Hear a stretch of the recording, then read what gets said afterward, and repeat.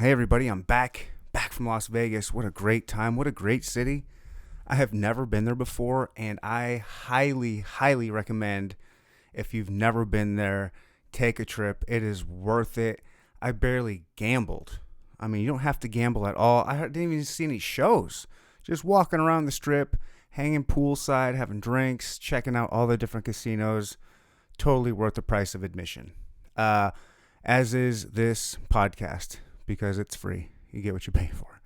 But for real, this episode is great. This one could ruffle some feathers, especially if the right or wrong people listen to it. Shout out to you, Tech9, and any, Travis and the other strange music people. Also, any local rappers. Like, there's some tough pills you got to swallow in this episode. And it's coming from a place of love, both from me and Cesar, because we want Kansas City music to succeed. And I know there's some truth being spit in this podcast from Cesar. Who is he? Well, he is the owner of MotiveKC, which is a premier photo rental space. So if you're a photographer or you want to get into photography, he's got a really cool space, very, very reasonable prices. And we get into that in this episode. He owns Hayes Media Group, which like pimps your business, like social media marketing and that kind of stuff. And then Unlabeled Music, probably the best studio in Kansas City. He says it is, if not counting Strangeland, because that doesn't really count. He's got some big words, you guys, and he backs it up. I think he's backing it up. Test him if you don't believe him, or email him or Instagram him at I got his right here. It's Cesar Marquez. I don't know. I'll have to post it in the notes. That's a lot to spell. But check him out at Hayes Media Group, Unlabeled Music, and MotiveKC. That's it, guys. Enjoy this episode. I hope you guys enjoyed as much as I did. And one more thing about it. Sorry, this is a long intro. We did this at Motive. This was in his photography studio, and we'd used his cameras, his mics, all that. If you want to do the same thing and create a show, you can rent that space out. And look, this is a brand new setup and everything. I hope you guys enjoy it on the YouTube side. If you guys are listening, most of you are. Check it out on YouTube, Neandertalk Podcast. You know how to find it. Jeez, let's go. Let's stop talking already, Ryan. Go. Welcome to the Neandertalk Podcast. We'll no topic is off limits. Now here's your host, my daddy, and Voida Soul. Thank you for coming to the Neandertalk Podcast. Boom, swat, boom. I'm Ryan Westa. This is Neandertalk Podcast. And I feel because I'm so white, I'll fuck up your name again. I'm going to try it first, and then you can laugh at me. Okay, let's go. Cesar.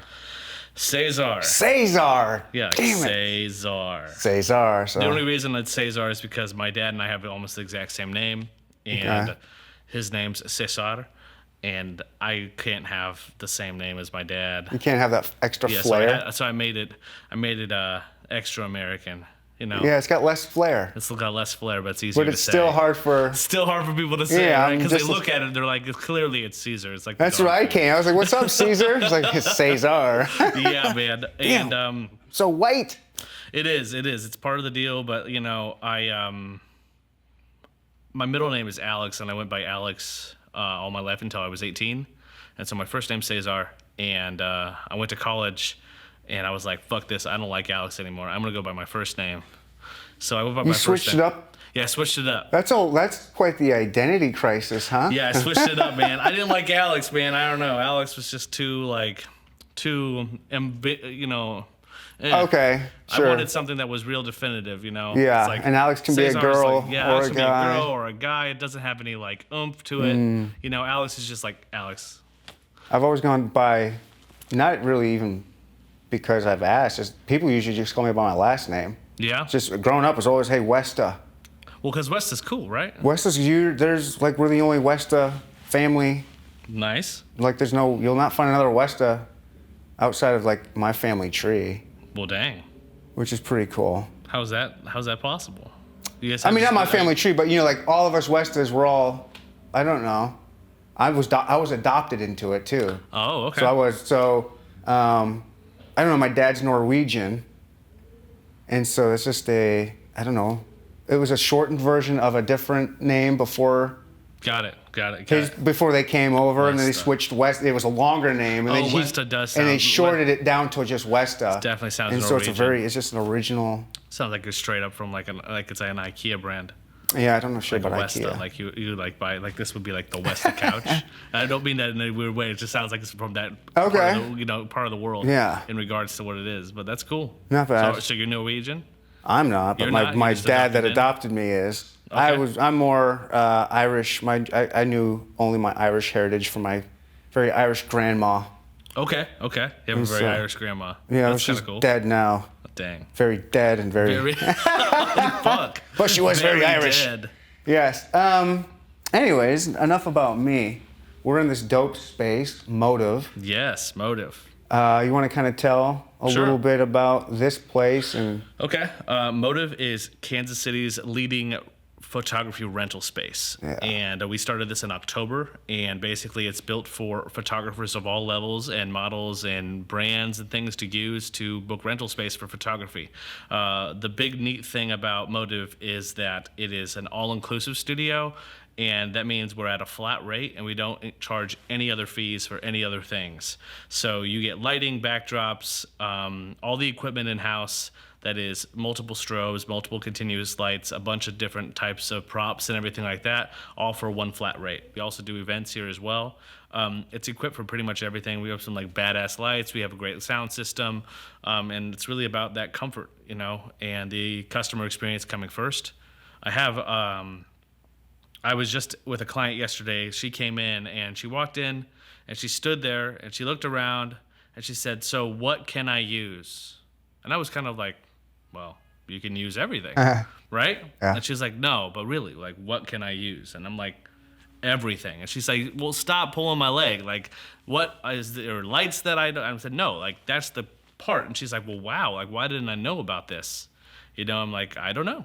I mean, we put it all over the website that Yeah. everybody has, access to all this stuff, but maybe it's because people are so used to, like, people having that but at the end of something. is that what kind of I guess like it what's is. what's the photography studio scene like here in Kansas City? Like what sets you apart from them? I mean, it seems like the pricing there, huh?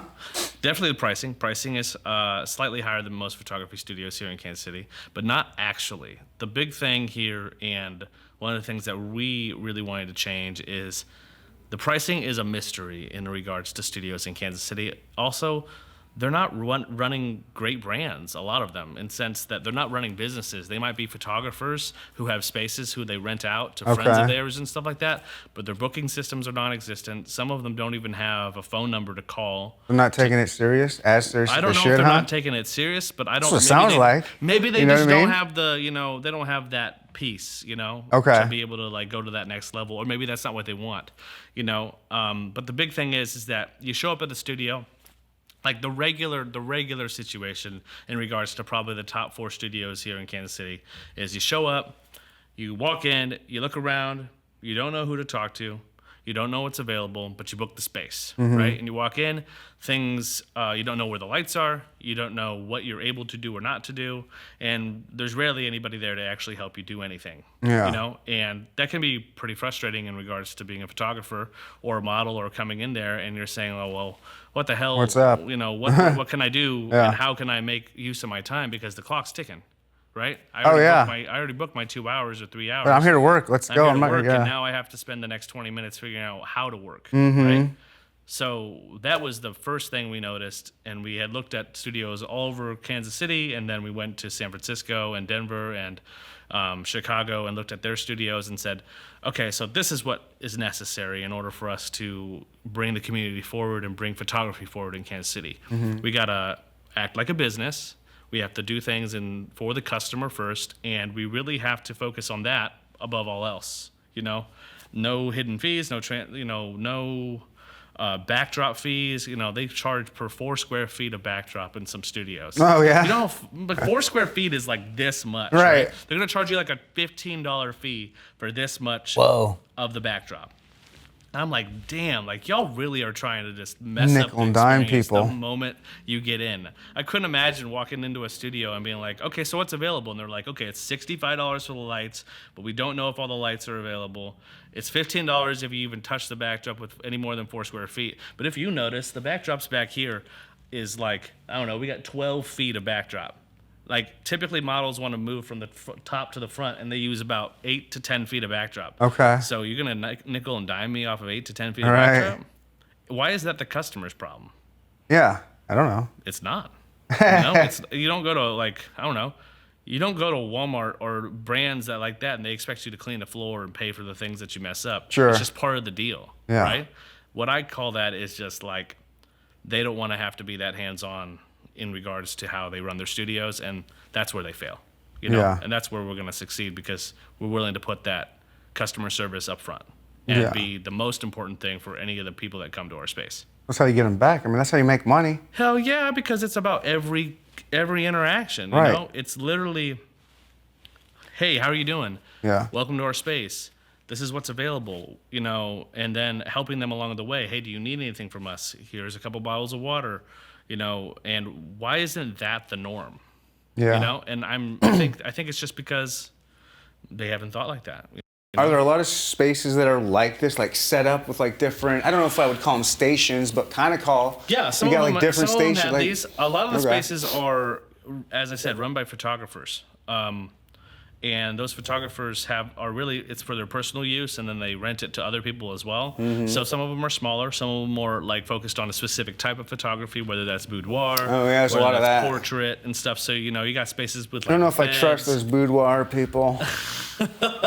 What did you get in? What did you get in it for, dude? I know what you're doing. Hey, I know. I mean, hey, there's some really, really great boudoir photographers. Oh, I It's believe not, they're all professional. I believe not all. I'm sure there's some that there's aren't. definitely not. Yeah, I'm professional. sure there's a lot of good professional ones, but Yeah. I imagine like any other world, there's got some seedy bad actors involved. Absolutely, and there's been some drama in regards to that in the community over the last couple of years, and I don't want to touch on that a whole lot. But the big thing Yeah. is that a lot of times the models call them guys with cameras, right? Yeah. Okay, they're just guys with cameras. They're not really photographers. They're just dudes looking to look at naked girls. Yeah. And I'm like, damn, dude, you could just go online. I Why know. you gonna have, The end goal is the same. I don't and know, when you like- get done, You could just go online. You don't have to be harassing these ladies. yeah, So, I don't know. Some people are built weird, I guess. I guess. I mean, I think, and we're not certain if we're going to move into that realm in regards to Motive to offer that, but maybe, or maybe we'll just build a brand that's boudoir focused. Right. That's kind of a thing. I think we're wouldn't that looking be? Yeah, I didn't anticipate going towards that kind of conversation. But I mean, walking in here, you can tell how professional it is. Yeah. Talking to you last time, I think your girlfriend was here, and Yeah. there's a professional feel here. You know, there's going to be someone here. Mm-hmm. And with you being in this community as like you're outspoken and you're out there. Yeah. You're going to be trusted. Yeah. Like that if I were a female, I would want somewhere where I would feel safe. I would feel like something like that. Well, yeah. I mean, Like, hey, the photographer, you come here and do it in a supervised, kind of safe spot. absolutely. And then you're going to have, I can tell already, like in here is just designed so, I don't have a designing kind of eye. I Sure. gotta imagine you'd make a pretty dope boudoir space too. It can be, and it is about the trust. I think the one thing is that, like, yet again, it's transparency. Yeah. I can't be out here fucking around and having weird things going on. I'm not trying to do that stuff. That's all on my brand, and brand's everything. Right. I mean, the moment you go and you be a weirdo, and the moment you're out there, doing that kind of stuff, then it literally will come and haunt you. Right. They're not going to remember anything else about you. Hashtag canceled. Legit, though. Yeah. Like, legit, they will literally cancel you. Yeah, I'm not a huge cancel culture guy, but that would definitely be something. Me either. I think it's about just being honest and transparent and doing good business and protecting that brand above all else. And the brand is literally what they say about you when you're not around, you know. And if, you know, I'd rather them say good things, or, you know, they can call me an asshole, they can call me whatever, just as long as I'm not doing bad things. Yeah, you know? yeah. That's all I'm thinking, you know. So yeah, it's been a journey. It's we opened February 1st here, and we're doing well. And I think what it is you build. Of this year, you opened up February, so February, March, April. It's only a couple months. A couple months. Okay. Yeah. And you build the business one client at a time. You build one customer at a time. Right. You have great experiences with people, and then you compound on those experiences. Every time somebody comes in here, I want them to have a good time. I want them to tell a friend. Exactly. They're going to say, hey, I went to the studio. It was all inclusive. There was somebody there to help me, and why would I go anywhere else? And that just happens over and over. We do, like, I don't know, all those clients, and then the board continues and the momentum increases. Yeah. And then they're like, well, why am I even, like, trying to book anybody anywhere else? Yeah. And by that time, the business will have grown, so maybe we're in another spot already, and we're offering even more services. But the brand is there now. Brand was built one customer at a time, legit. You know? Well, you just got yourself a Motive commercial there. I know. This is awesome. This place is so cool, man. Like, yeah. So you're saying, I'm looking at it, and like again, I'm not a photographer, I don't know, but I can tell I can see how a photographer would like this space. But then you mentioned something about events, like. Yes. What do you mean? Like, what kind of events are you talking about? So we're putting on events every quarter. Okay, you're putting them on? They're not people hiring this spot? Like, could I rent this space out for like an album release party or something? Absolutely, we're doing that too. Okay. We're doing that too. So there's a couple events here coming up in May that people have rented it for. Birthday parties, bachelorette party kind of things where they come in here. They do like brunches and stuff. You know, different kinds of things where they want an eclectic space. Also, we did a Super Bowl party here. Oh, yeah? Yeah. And RIP on the Super Bowl, but, you know. Not for me. I wanted Brady to win. Oh, my God. Come on, it's better. It's so much better for sports. Me? I'm not even a sports fan like that, but I fuck Tom Brady. Why? Because, man. Because he's pretty and he wins. He's the GOAT, though. He's the GOAT. That's why. I mean, the story he's the GOAT. of the old man, the old baller that's holding off the young kid that's. Patrick Mahomes is the next GOAT. But most people are saying, but he's saying, no, I got one more trick in the bag. Boom, watch this. Boom, another ring. Come on another team. The story is amazing. As far as sports stories go, I understand if you're a Chiefs homer, how you hate that. Everybody hates Brady. I get it. It's not but dude, come on, what he fucking did, he just shut up Bill Belichick. Is it the system? Is it Brady? No, or is it Belichick? Brady. It's Brady. We know that now. I'm not saying it's great. Respect on all things of the GOAT. I understand completely. I don't disagree. He absolutely deserves the title. There's nobody else in the history of the game that has done like that level for a quarterback. You know, Mahomes is going to get his. I think my controversial topic is Mahomes is a really bright flame. Oh, okay. He's a real bright flame. I think he'll get figured out. I think he's doing incredibly well, but he's a very bright flame, and bright flames like to burn quick. Okay? I know. I wouldn't. That's the only thing I have to say, but that's the only controversial piece. I think he's incredible. I mean, I don't know anybody who came out of college like that at 23 and is able to do what he does. Yeah. You know, so obviously we want him to be the next star and take Chiefs football to the next level. Yeah. But that's about all I got on that. All right. I'm not like a sports guy. I will also say I was born and raised in Michigan from a very young age. Oh shit! I was a Michigan. I've always been rooted in Michigan. Go Blue. Yeah. Tom Brady won me a championship in 1997. Well, you're right. You know, I've been a Brady fan since. You know, I mean, he was a weird college quarterback in that year. Like he split time with another quarterback. But then he won it, but it was also a co-championship with Nebraska, but still, he won it. And then, like, one of the last quarterbacks to get picked and then does what he does. The story, it's you know. If I would have stayed in Ohio, I would have been an Ohio State fan, but I remember that. So Michigan Ohio State is a serious deal. I know. I almost Huge mentioned that to deal. you when I first met you. When you said you're from, I was like, motherfucker. Yeah. Oh, Buckeye, huh? Huge rivalry. Michigan Ohio State is It's massive. the biggest. It's the biggest rivalry. The biggest rivalry in sports. For sure. And yeah, I remember how big it was even when I was a kid. Right. But yeah. Well, hey. He's the GOAT. So yeah, All your respects. Super Bowl party. R.I.P. to all you Chiefs fans. I Yes, feel for you. definitely But had you the guys Super are Bowl gonna party. get yours, and you already had one with him. Anyways. It's gonna be time. It was just he had to get that one last one in. I don't know. Maybe his last one. He might rip another one this year. I swear, man. I don't need to. Yeah. Yeah, I don't need to see it again. I mean, We don't need to see I don't it need to see it again. never I need to want see him it to again. retire. I wanted God, him to just go out and now retire. I But dated this rabid Patriots fan. okay, they're bad.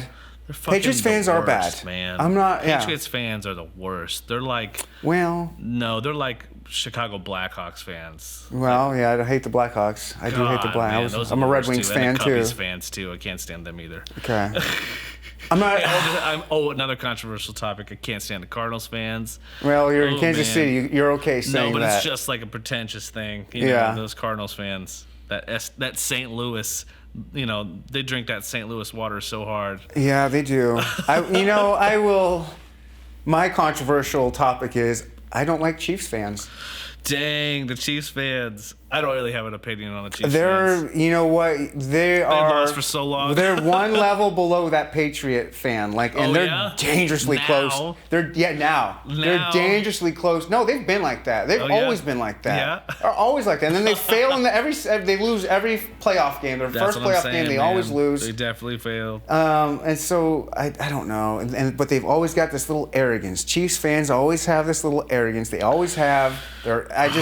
And now they can finally have it because they have Mahomes. I don't know. I've just never been a fan of Chiefs fans. I mean, yeah, I don't have. Yeah, I spend my time. I think doing it's just other too many things. Johnson County people are Chiefs fans, and they bring that arrogance with them. I've only been to like maybe 5 Chiefs games. I would never ever call myself a true like sports like Kansas City Chiefs fan or Okay. anything like that. Just not my cup of tea. That's cool. And it doesn't have to be. Spend time doing other things. Right, you're too busy making money, man, and Spend building time a doing brand other and an things, man. empire. Yeah, that's the truth, man. And Yeah. I spend a lot of time doing stuff like that. So I'm not a video game guy. I'm not a sports guy. I just do this stuff. Yeah. And I also like it because it's always rewarding. I'm like, fuck, man. Like, how many hours are you gonna spend on the PS5, dude? Like, how many hours on 2K, my man? I know. Like, come on. You're talking to me now. Oh no! You're How fine. many hours I on know it. 2K, I know man? it. Come on. It's How not many hours- 2K. It's I'm just an Xbox guy. But the How game. many hours? I know. How many late nights? You can Dude, just go to sleep and get up. I I'm thinking like, it'd be one thing if you're like a Twitch streamer, top, 100 player, Right. and you're like making money. Yeah. And I'd be like, hey, you know what? That's dope. It is Fucking dope. get it, man. Like, if that's your fucking thing, like, go. Mm. Everybody else who's just I playing know. with their homies, come on. don't even play with my homies. Sometimes I do. I just play by I think people use It's an those kind of addiction, man. I've been things. It's an addicted addiction, to right? Yeah. since Atari. I've been playing video games. I play video games too. I have video games when I was younger. But really, the moment I don't know, something clicked and stopped around when I was like 16, 17. And then when I got to college, I really didn't play at all. Oh wow. I didn't play, so I still have a PS3. I think that's the last thing I bought. And I rarely play it. I envy you. That's like my drug. Like I wish that's the thing. I'm Gotta like find a different today. drug, I'm my like man. I know. I'm 17 Lewis. days sober of all substances, but the substance I should be quitting is fucking video games. Dude, video games is a mind suck. I know. Literally takes all the productivity out of the day. You sit there and you just, you're going to level up your player? Bet.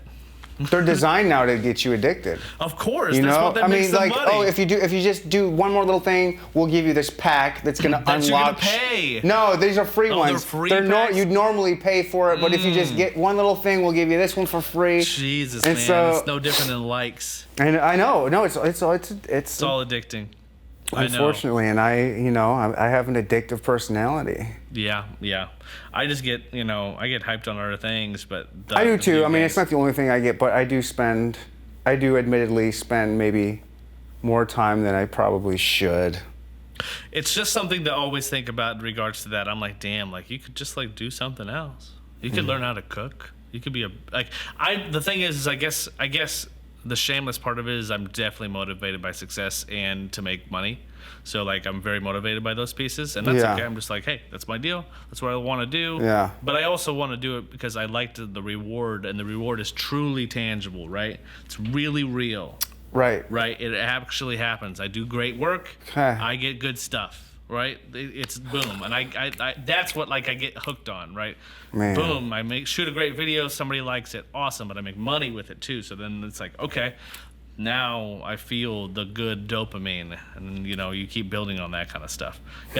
Basically, it's like you have to train for the dopamine hit. Okay. Train your body for the dopamine hit, just like people who do physical fitness and everything do too. It is what it is. Yeah, something to think about. I always think about it, but now to have another person that's just out there saying it. It's hard. It's hard pill to swallow though. Like a lot of people like to do this kind of stuff. I've swallowed it. I haven't swallowed it. It's in my mouth, and I don't. And I'm just trying. Yeah, I know I need to swallow it. If there's anything you ever go on sobriety from, is video games. Okay, I know. I've in the back of my head, like a true addict, I've been like, you know what? I just need to get rid of this. Like, I'm gonna give it to my ex-wife. So my kids can play it from time to time, and I'll just get a Fire Stick if I want to watch YouTube or something. I swear, the moment you do is the moment you're going to spend more time on the podcast. Okay, fuck. More time on the podcast, dude. The one thing that you really love. You're killing it. Yeah. Yeah. Add another 2 or 3 hours a day onto the podcast. Look at the productivity. It's like what Kobe said, right? He said the practice piece. He just like fucks people up with the amount of hours he practices. He's like, yeah, that's why I get up at 4 o'clock in the morning, so I could practice 3 times a day, right? Mamba mentality. I could practice 3 times a day. So when the other guys are only practicing 2 times a day, and I get another 2 or 3 hours in right before the end of the day, now the numbers add up over time. Yeah. Right. So by year 5 and 6, I've practiced months. He had his 10,000 hours in. Early. Way early. He was 100,000 hours by that time, perfecting the craft. And the other players, he was like, y'all are never gonna catch up. Yeah. Practice like that, and then it's like, I like that. I think that's great. But it's like adding those 2 extra hours. I heard something about physical fitness today, which is interesting. It was on the Joe Rogan podcast. It was just a short little clip on TikTok, and it was a guy talking about how and I don't even know if this is like actually scientifically backed or anything, but but it sounds good. Bro science. It sounded good. Bro science. It sounded good for bro science. It was basically he coaches people never to go to their full 10 rep max or to their full max potential on any given day, because he thinks that I don't know who the guy was, but he thinks that if you exert your body to that level and you're that sore, then you're just detrimenting your rest of your workouts for your rest of your week. Like if you go super hard on arms on Monday, like hard enough to be sore, and then you can't hit arms or do really anything because your body's still Mark Sisson, maybe, and he's basically still working. Your body's still repairing itself, right? But if I have a client and I say, okay, so if you can do 10 reps at this weight, right? Instead of doing 10 reps at that weight, which is your absolute maximum, your 1 rep max, basically your total max. If we do 5, and we do 5 for 5 weeks until 5 is easy, and then you do 6, and then you do 7, and then you do 8. Now we're doing, stepping up. We're doing step progress, but your body is getting a ton more reps in. Your muscles are getting more used to a heavier load on them, and you're growing faster. Same thing in regards to business. It's repetition, time, and consistency over and over and over again. So being able to like put a couple hours in every day doing something will be able to go to the next level, and then eliminating the shit that is not putting you there. The unproductive shit. God damn, hey, man. I do You're plenty right, of man. You're unproductive right. shit. I need to. Yeah. Okay. I mean, my unproductive shit is like going out and having too many dinners. Ooh. Right. I love to go out and have dinners and just shoot the shit with my friends and spend a lot of money on that. So it's definitely a cash drain. Sure. That's definitely unproductive. What do you like to eat? What are some good spots here in Kansas City you like? I am bougie as fuck, so I like to go to all different kinds of places. I went to Stock Hill last weekend. Okay. Stock Hill's pretty good, right off there off the plaza. Right off the plaza, like 48th, I think. They have excellent drinks. There's this really dope bar downtown called Panthers Place. Okay, I've never heard of that. Yeah, Panthers Place. So my friend Logan is a part owner of that, and he's also a musician in Kansas City. He was a rapper too. Okay. But now he's got a family, and he owns half the bar over there. Nice. And it's a really cool, eclectic place. It's right off of Southwest Boulevard. It's outside. It's kind of wooded. He makes all his own signature cocktails and everything. Real badass spot. Okay. I'll check it out. I'm always looking for new spots. Eclectic, low-key date night spot would be Bluebird Bistro. Okay. I've heard of that. Yeah, it's a good little spot. It's like some home cooking. Oh, I had breakfast. Do they do breakfast? Think so. Yeah, I had breakfast there once. That spot is pretty. Yeah. Mm-hmm. It's a good little hideaway. Yeah. Mm-hmm. It's really cool inside. Really cool inside. Yeah, it's nice inside, and it's a good like. I'm not trying too hard, but this is still kind of nice. Mm-hmm. It's like a small table with some candles and shit. Yeah. You know, you can't go wrong with that. Food-wise, I found a dope-ass place in the River Market called The Bite.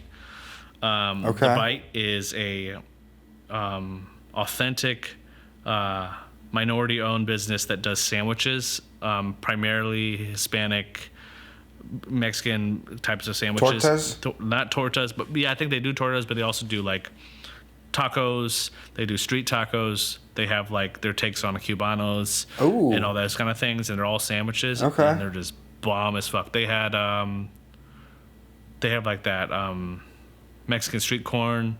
Oh, all yeah. that stuff. Excellent. Elote or something? What do they call it? Elotes, yeah. Elotes, yes. Yes, really, really great. I stumbled upon that the other day, and that was pretty good. But yeah, I like that. And then for drinks, we're going to.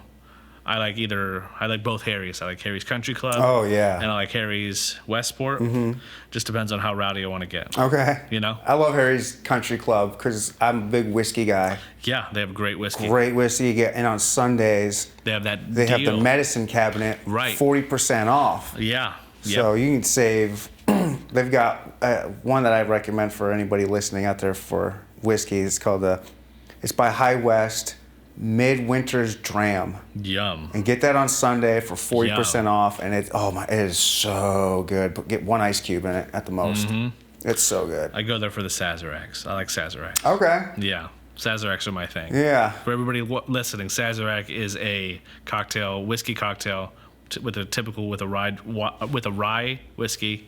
You're gonna do an absinthe wash in the cup.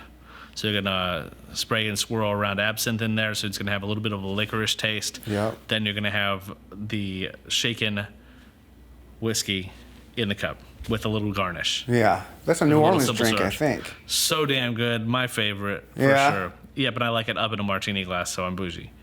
Bougie as fuck. Look at Yeah, you. man. So on top of Motive, you have Unlabeled Music. Is that your studio? The Yes. studio that you're part owner or Yes. something? Yes. So Yeah, I we own can talk three definitely. businesses. Three So businesses. What's I the other? own- Unlabeled Music, Motive, and Hayes Media Group. Hayes. That's right. Yep, I own Hayes Media, Unlabeled Music, and Motive in that order. Hayes Media came first, and that was basically a branding and marketing company. And I do work for companies all over Kansas City. I've done work for Sunfresh, for Pickleman's. I have a client up north called The Better Wash.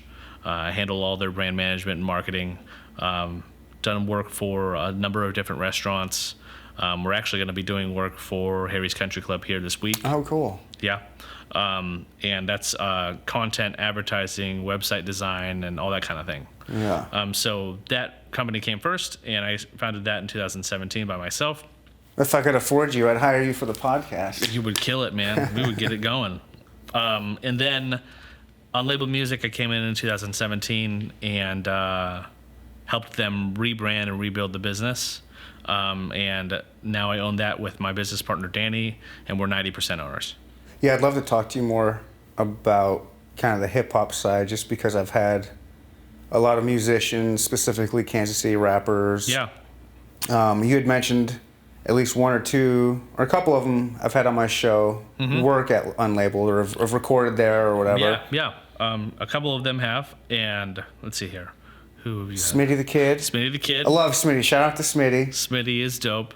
been friends with Smitty for a number of years. Yeah? He's a really good guy. He's a military brat like me. Yes, he is. He's a really good guy. Yeah, I like him a lot. Producer Brigatti. Yes, Brigatti. Brigatti is a engineer and producer, and he frequents Unlabeled and does some production and stuff out of there too. Hijack.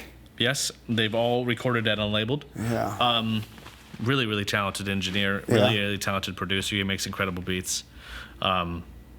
It was really awesome. I ended up meeting him at a random house party one night, and I was like, dude, you should come to the studio and work. Yeah. And that was the rest is history. Yeah, so he's really awesome.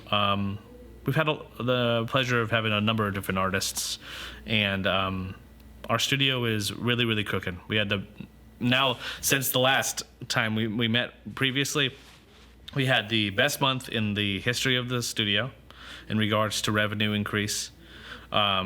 We've grown by 43% since October. Damn. Yeah, we have. That's huge. Huge. How many businesses do that normally? But you did it during the pandemic. Yeah, since Thank October. Thank you, Stimmy. The Stimmies. Hey, come on, yeah. Stimmy. So we grew by 43% since October. That's wow. operating revenue, gross revenue by 43%. And our last month we did 342 hours, I think. Wow. Of studio time amongst 8 engineers and okay. producers. Jeez.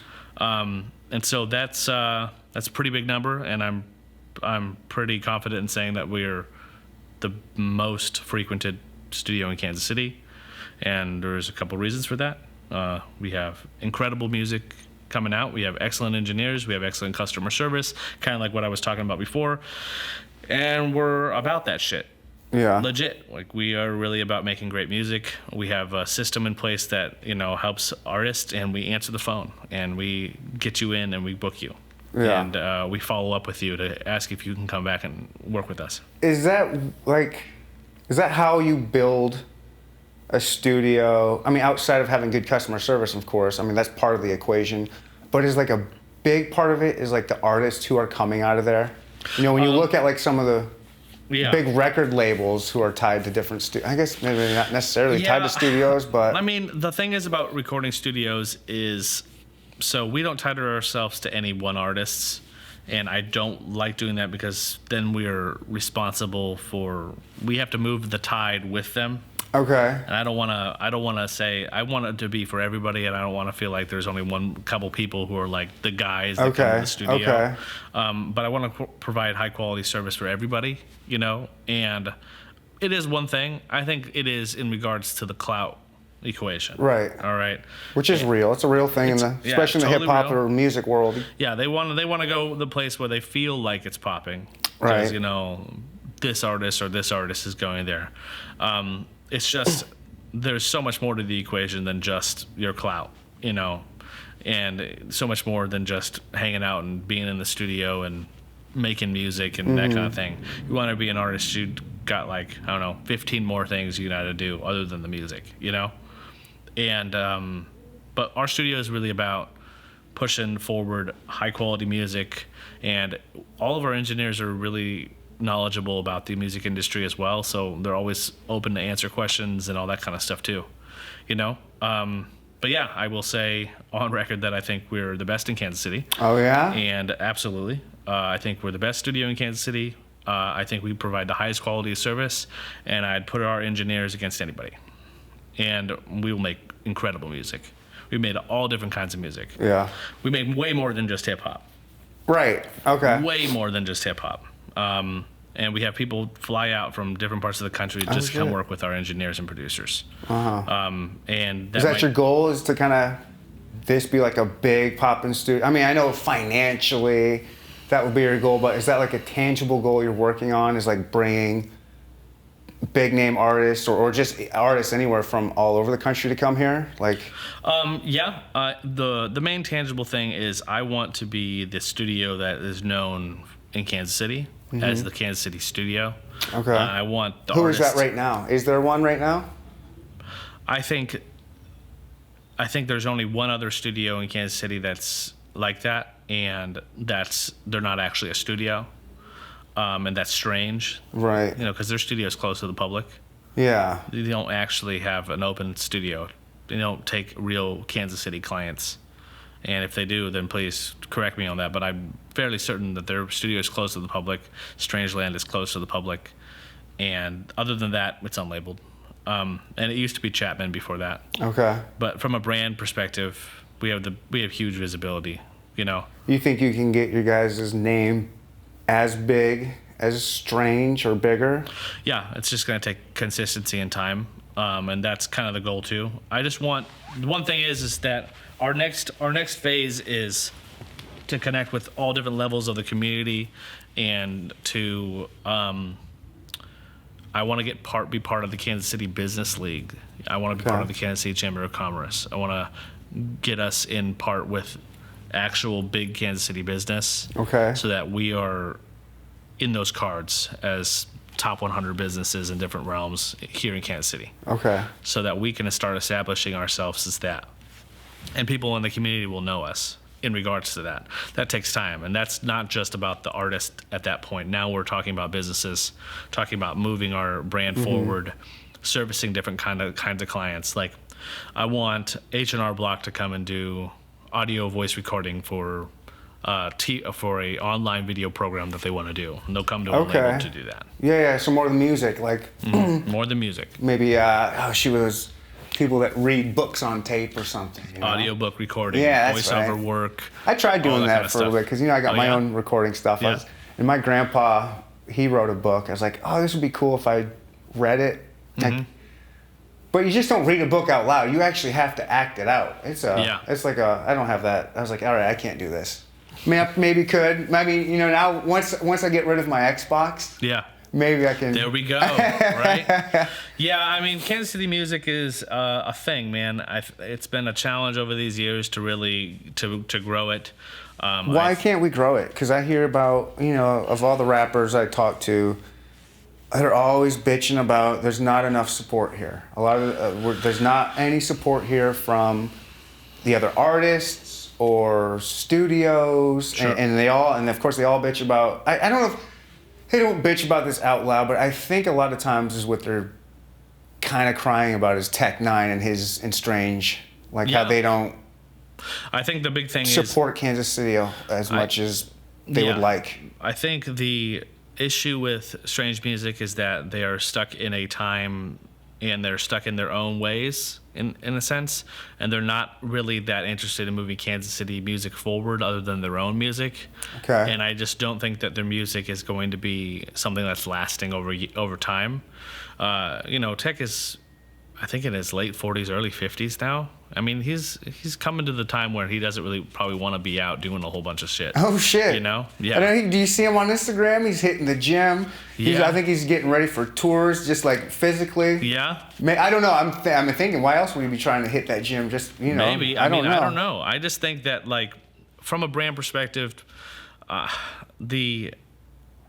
and absolutely no shame to Tech at all, because he's an incredible artist and he's an incredible musician. He's a legend, right? A legend for sure. Yeah. And he's been around for a long time, and he's morphed and changed his brand over time. But the audience that likes Tech Nine is not the audience that likes top 100 music. What do you mean? They just don't. It's just not. They just like not strange stuff? Yeah, they just like strange stuff. They're They're like different kinds of people. It's Brother kinda, Lynch and the... Yeah, man, they don't listen. They're really Jelly good Roll type stuff. Yeah, exactly. They're from Topeka. They're 35 years old, right?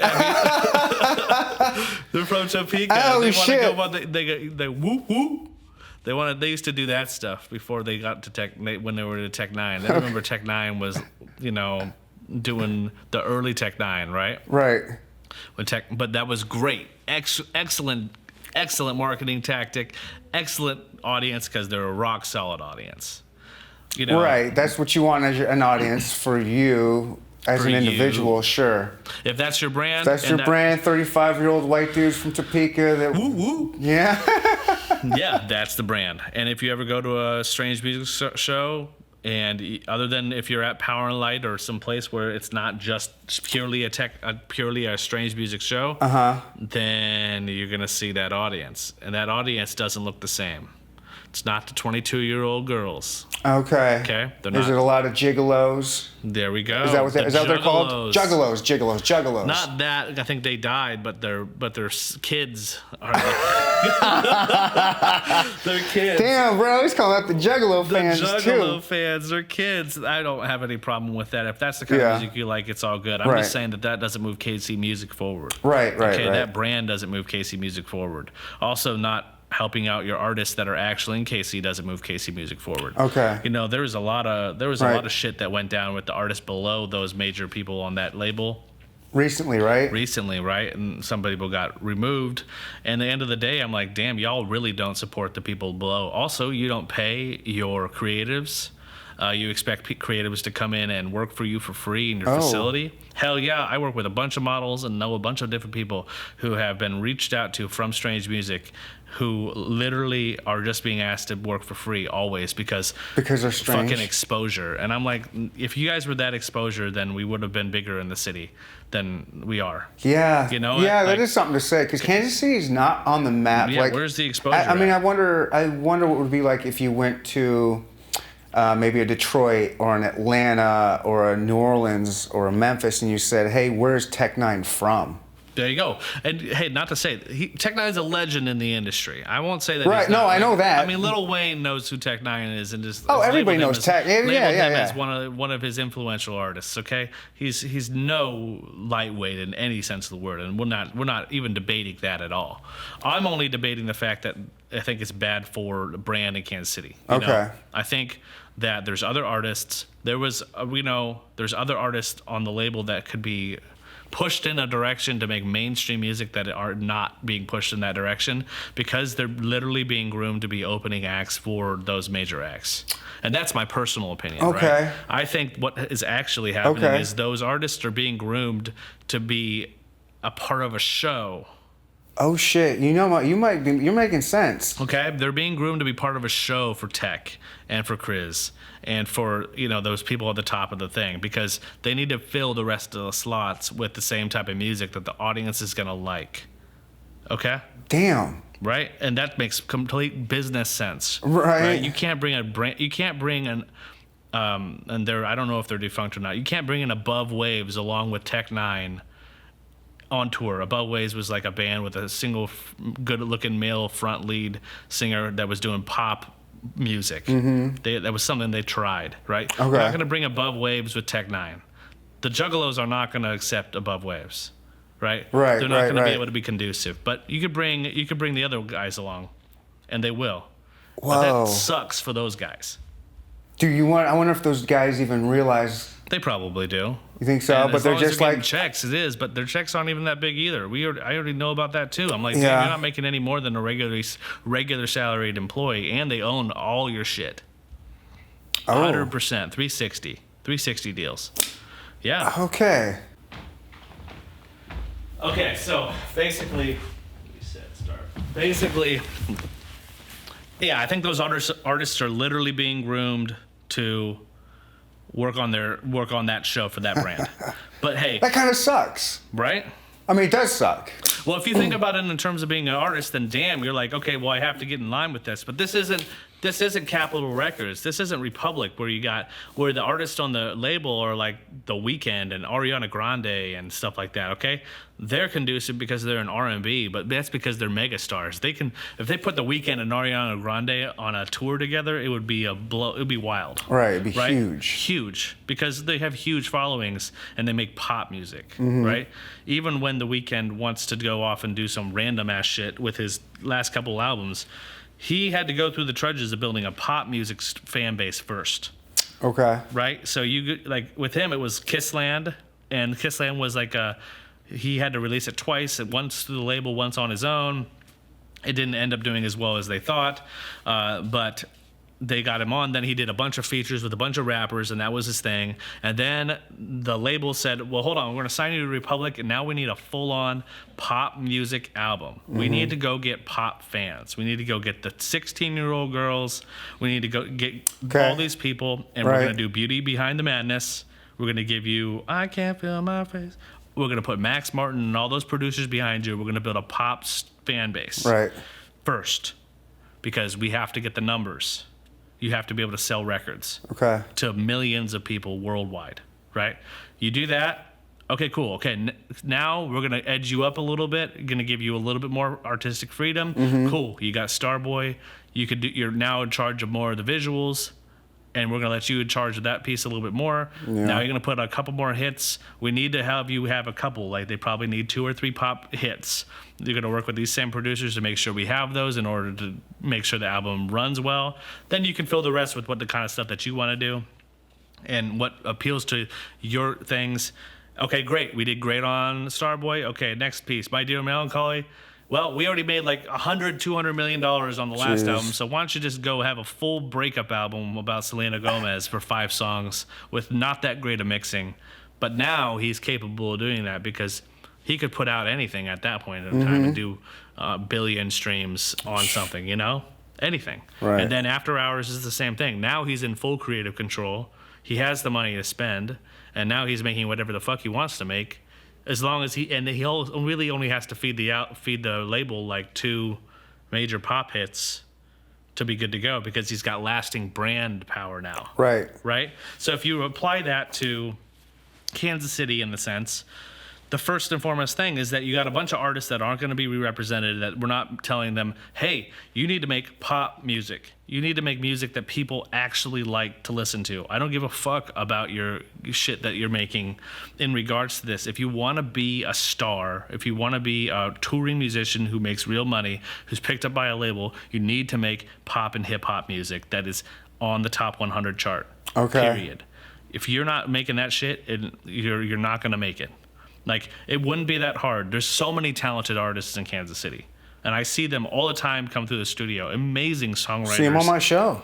Yeah, dude. Amazing songwriters, amazing, live acts. And I'm saying, oh, come on, man. Just make a Roddy Ricch type track. Just make a Migos type track. Are you kind of just saying... kind of sell out, but you know what I mean? It's not a sellout hey, listen, when you do 10 million streams, you're not going to be a sellout anymore. The label's going to pull you in. Make some music that people want to listen to, Make some pop music. And if you're not going to make pop music, cool. Then go and do sync licensing work and work on things for movies. It's okay to make music that your homies don't like.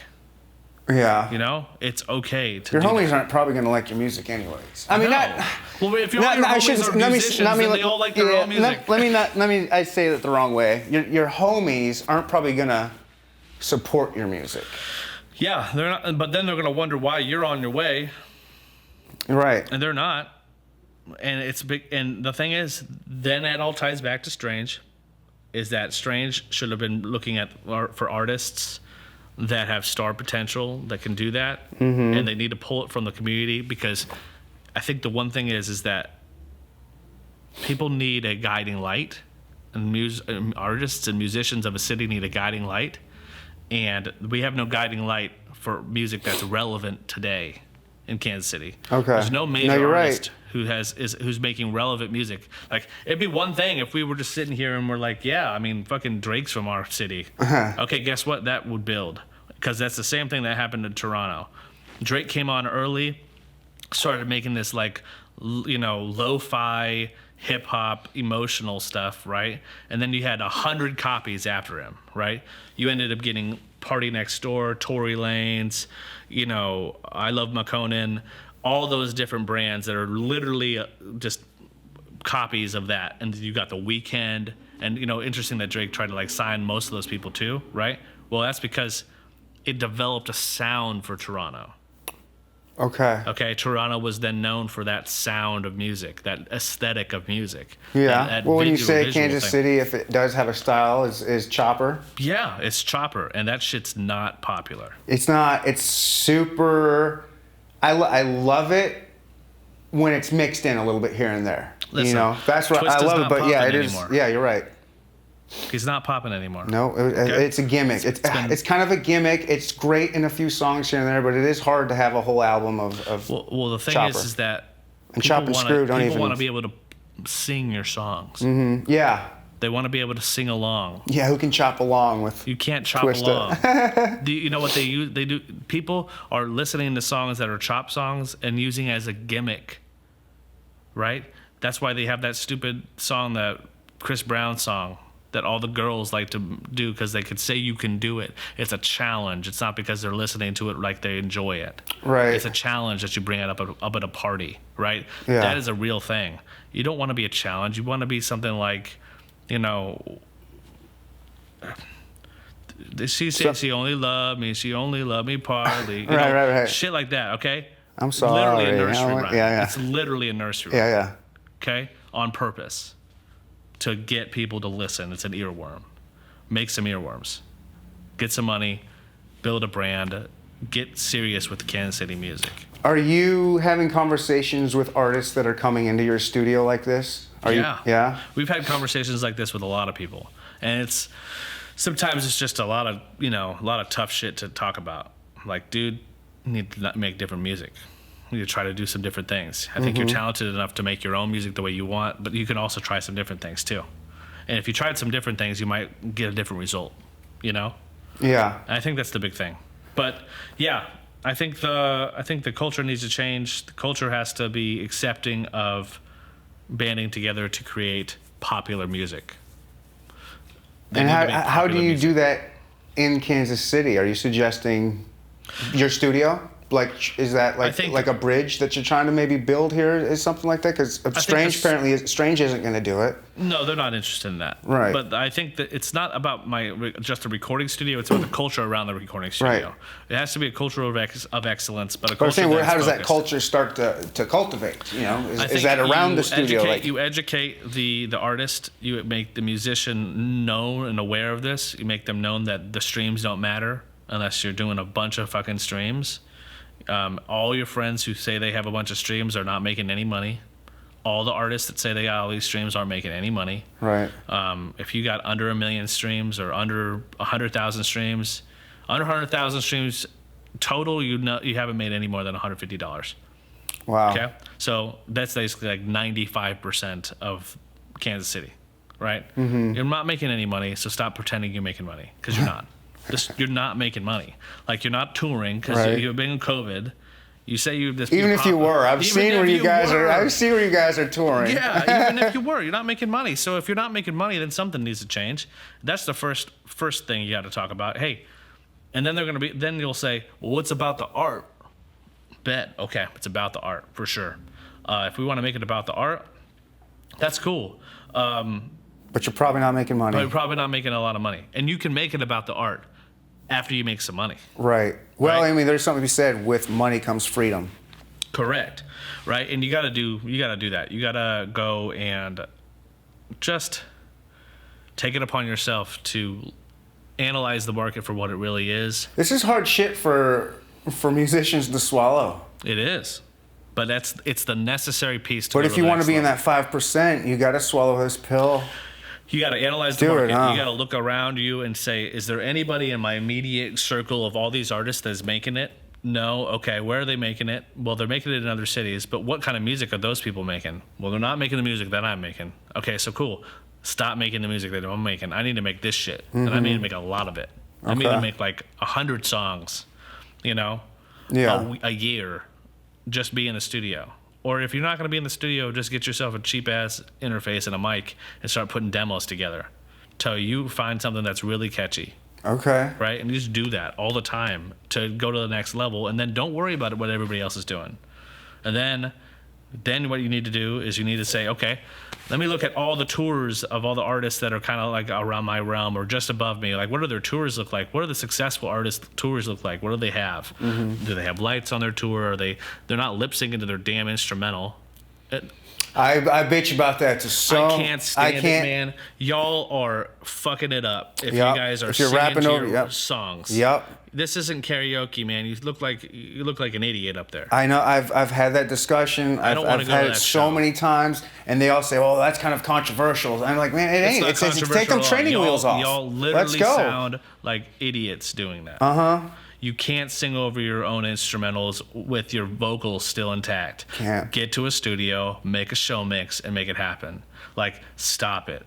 Like, do you see any major artist, unless they're literally in a stadium singing with the backing track like that? Mm-hmm. Listen, The Weeknd can sing in the stadium with a backing track. He's already made it. You ain't He The doesn't have Weeknd. to prove that he Right. can sing or that he can rap his whole song or whatever. He doesn't have to. Yeah. But you're sitting with like 5 people, which 4 of them are artists in your crowd, and y'all are just hyping each other up over some bullshit. Yeah, you've been to some local shows. Yeah, That's exactly what it is. I know to it hella sucks. local shows. I don't seem like I've been to local shows because I just they just don't think I know anything about this stuff. I'm not from the culture, but that's not true. I'm very much an artist, very much a musician as well. And I got all my own music on Spotify. I have all my stuff on Spotify, and I know what 1 million streams makes, and it's not a whole lot of money. Yeah. Wow. And my biggest played song is like this, like electronic instrumental that people put on running playlists. Okay. And I did like 250,000 streams. Wow. For this one instrumental that got on running playlists because it's like a perfect BPM for running. Yeah. And I just put a bunch of instrumentals together and they got picked up. Oh, cool. Yeah. And it was just me like doing production and everything because I was like, well, fuck it. I don't want to just put these beats on the platform. So if I put the beats on Spotify and I distribute all the beats, then they're all going to get content ID'd. So anytime anybody wants to rip them or steal them or use them for anything, I still get money for them. Oh, why would I just okay. put them on SoundCloud and not get them content ID'd? Yeah, I think a lot of people are moving away from SoundCloud. That's because they don't support the artists. It's just full of ads. I can't stand having a 30-second damn ad when I'm just trying to listen to some music. I've never been on Spotify. Just never. There was always that, I'm a Spotify rapper. I'm like, man, I'm not. I don't like. Just don't make any money, man. Yeah. It's just no money in there. I just think you got to go tour and you got to make a good show, and you got to make stuff that people want to listen to. I would just because I have thought about the Tech 9 conversation in my head before about other local rappers kind of bitching that he's not supporting the local scene. I don't think it's his job to support the local scene. And that was my question. Does he owe Kansas City anything to do that? No. So I understand. He doesn't know I understand anything. people bitching about it because, like you were saying, it is nice to have like that light, that path that you can follow Sure. for Kansas City. But he doesn't owe it to No, he the doesn't. rappers out there in Kansas He City. made his own brand, and just because his brand's not the popular brand didn't mean he made a boatload of money off of it. Oh, I mean, and he's going to retire happy with all that stuff. And he's a legend, so whatever. He's a legend, and I think it's a cop-out. I think I think it is a cop out because if you look at what Tech was doing, like I'm 40. He was an innovator. I'm 41. Yeah. I was here back when he was driving around in his van that was all logoed out with An all of his innovator. Tech 9 shit. Just going to any little show he could and just hustling. Hustle. A Like true real hustler. hustle. Like that's But a true what you hustler got to do. to a audience that actually wanted to listen to the music because that music was in. Yeah. That music was back then. It was shocking. Yeah, to shock rap and 2006, chopping. 2000 to 2005, that music was in. Mm-hmm. That stuff was in. That was early Eminem stuff too, right there. Yeah. All those that was a good brand for that time period. Yeah. That was in. So of course he was making good business moves. Okay, so if we take that general concept, then y'all should be focusing on doing things that are in. Yeah, we need another big Kansas City name. It'll happen. But yeah, that's my take on Kansas City music. I think we can definitely move it forward, and I'm gonna focus my efforts on building a recording studio that's known beyond Strange Music, and I want to be the only brand in Kansas City that anybody knows in regards to Kansas City music. So that's my 5-year goal. And then to switch out the topic, because I need to go back to Motive and talk about that a little bit, Yeah. is the big thing with Motive, and the big thing that we're trying to push is transparency in the market. Okay, there are players in the market right now that are on the same bullshit that the music industry's on. It's clout versus quality. People don't want to learn certain skills, or they're all natural light photographers and all that kind of stuff. And I think that's great because I started as a natural light photographer. I've been doing photography since I was in like 7th grade. Wow. So I'm not new to photography, and I've been doing this for a long time. There's a level that you have to go to be published. It's kind of the same thing like the music industry. It's Okay. like you have to create work that's going to be publishable and used by brands, and brands are requiring you to use strobe lighting, continuous lighting, and in-studio lighting to create a specific level of image. and that's not always happening with just natural light outside of a studio. So places like Motive really help people go to that next level, right? And so that's what we're trying to accomplish by giving it a flat rate so that people can come in and use the gear. And I mean, I'm even here most of the time, so I'm like really interested in like helping people. I'd be here a lot of the time too. It's just you've created such a cool spot. I'd want to hang out here. Yeah. I'm here because I want to help them get better at making art, you know? And nice. I find I'm passionate about that. But yeah, it's just a lot of clout. I really, a studio in Kansas City bought Facebook followers. They bought 5,000 Facebook followers. Right when we opened. That shit happens. Right when we opened? Yeah, because we did analysis in October of all the photography studios in Kansas City, and this photography studio had 260 Facebook followers. Yeah, and then they had 318 as of January, and then magically overnight they had 5,638. Wow.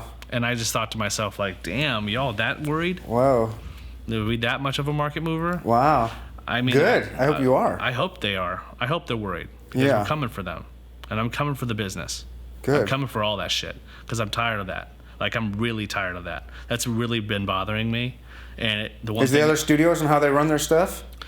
Yeah, they're not running their shit the way they need to. And if they were, then they didn't need to buy 5,000 Facebook followers. So I wonder who that studio is. So y'all can go look it up. You'll find them. That's all I'll have to say. But I will say that I'm coming for that business, and I want to provide a higher level of service, and I'm going to provide that, and I really want to shake it up. Like, I want to shake this up, and I want to do really big things in Kansas City, and I want people to know about my brands, and I want people to know about Danny and I and what we're doing here at Motive and what we're doing at Unlabeled, and I want us to be a part of the community that is positive. And I want us to usher in a new guard in regards to the studios, in regards to being a creative community. Damn, dude. And I want to get it, dude. Like, I'm super excited. Dude, I'm excited. You're getting me pumped up. I'm serious, man. I'm about it, and I'm about that transparency, and I'm not afraid to call people out on their bullshit. Yeah. Because y'all can come. You're not going to grow. If you don't have, you can't surround yourself with yes men. You got to have people that are going to be real with you, maybe a little dickish too, and be like, yo.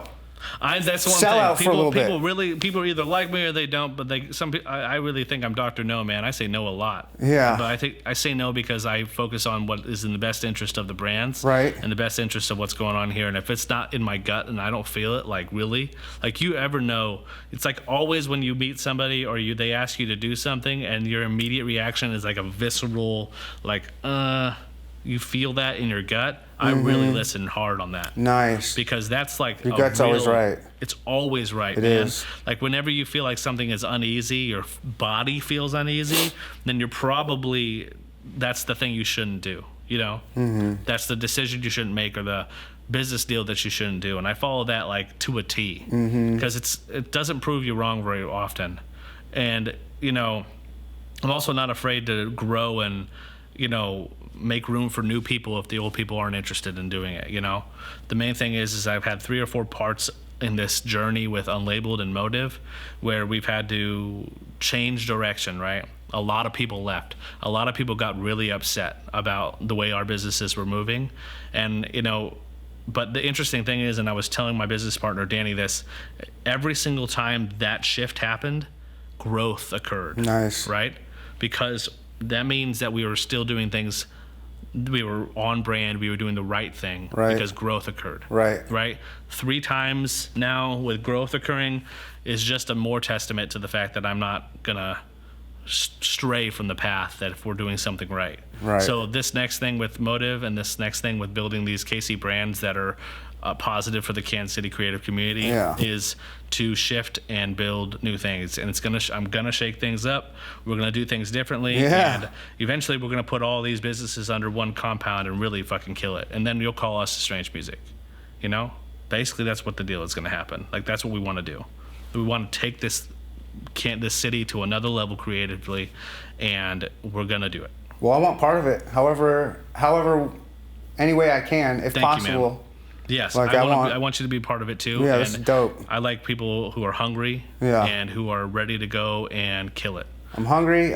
No one goes harder at the podcast game in Kansas City than me. I think that's true. And I just want Kansas City, like you, I want Kansas City to be known. I want it on the map even more. I want creatives here. I want better music here. I want better artists here. I want just Kansas City to be better. I love Kansas City. I want it to explode. I want to put Kansas City out there.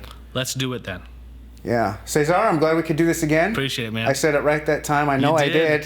Thank you, man. Thank you. Neanderthal Podcast. Best podcast in Kansas City. Bye.